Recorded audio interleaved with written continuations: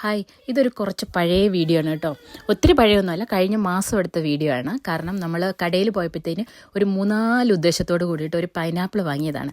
അതിൽ ആദ്യത്തെ ഉദ്ദേശം എന്ന് പറഞ്ഞാൽ വിഷുവിന് കണി വെക്കുക. അപ്പോൾ ഇത് വിഷുവിൻ്റെ സമയത്ത് എടുത്ത വീഡിയോ ആണ്. അപ്പം അത് കഴിഞ്ഞിട്ട് ഒരു പൈനാപ്പിൾ ജ്യൂസ്, ഒരു പ്രീബയോട്ടിക് ഡ്രിങ്ക്. അപ്പോൾ ഇവിടുത്തെ കുറേ വീഡിയോകളിൽ ഞാനൊരു പ്രീബയോട്ടിക് ഡ്രിങ്ക് അത് കണ്ടായിരുന്നു. അപ്പോൾ അതൊന്ന് പരീക്ഷിച്ച് നോക്കുക. അത് കഴിഞ്ഞിട്ടാണ് ഒരു പുളിശ്ശേരി വെക്കുക. അങ്ങനത്തെ കുറച്ച് പരിപാടി, പൈനാപ്പിൾ പുളിശ്ശേരിയൊക്കെ വെക്കുക എന്നുള്ള 3-4 ഉദ്ദേശത്തോട് കൂടിയിട്ടാണ് നമ്മളിത് വാങ്ങിച്ചത്.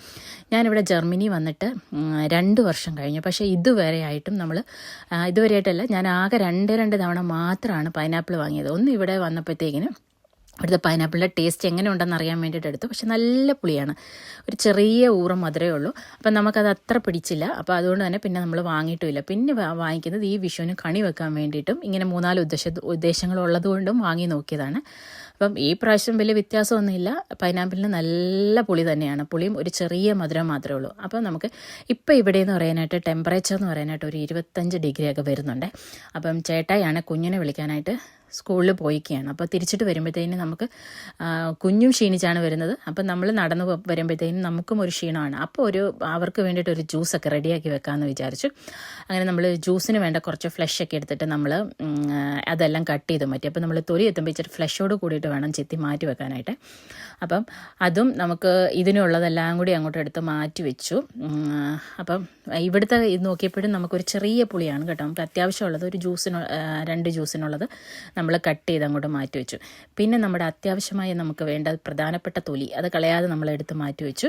അത് കഴിഞ്ഞിട്ട് നമ്മൾ ജ്യൂസിനുള്ള പരിപാടിയൊക്കെ നമ്മൾ നോക്കി. അത് ജ്യൂസിനുള്ള സാധനങ്ങളെല്ലാം കൂടെ ജാറിലേക്ക് ഇട്ട് ആവശ്യത്തിന് പഞ്ചസാര ചേർത്തു.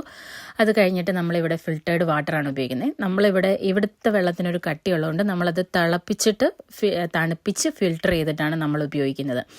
അപ്പം ഫിൽറ്റേർഡ് ചെയ്ത വാട്ടർ എടുത്ത് 2 കറക്ക്, പിന്നെ നമ്മളത് ഊറ്റിയെടുത്ത് ജാറിലെ 2 കറക്കം കഴിഞ്ഞിട്ട് ഊറ്റിയെടുത്ത് നമ്മുടെ ജ്യൂസ് റെഡിയായി. അപ്പോൾ അടുത്ത നമ്മുടെ പരിപാടി എന്ന് പറഞ്ഞാൽ നമുക്ക് പ്രീബയോട്ടിക് ഡ്രിങ്കിന് വേണ്ടിയിട്ടൊന്ന് ചെയ്യാമെന്ന് വെച്ചാൽ ഒരു ഗ്ലാസ് ബോട്ടിലെടുത്ത് ആ ഫ്ലഷോട് കൂടി കട്ട് ചെയ്ത പൈനാപ്പിളിൻ്റെ സാധനങ്ങളെല്ലാം കൂടി പെറുക്കിയിട്ട് കഴിഞ്ഞിട്ട് അതിനകത്ത് കുറച്ച് പഞ്ചസാരയും ഒരു കഷ്ണം കറുവാപ്പട്ടയും അതിൻ്റെ കൂട്ടത്തിൽ ഒരു കഷ്ണം ഇഞ്ചി ചെറുതായിട്ട് കട്ട് ചെയ്തിട്ട് ഒരു 3 ദിവസം നമ്മൾ അടച്ച് മാറ്റി വെച്ചു.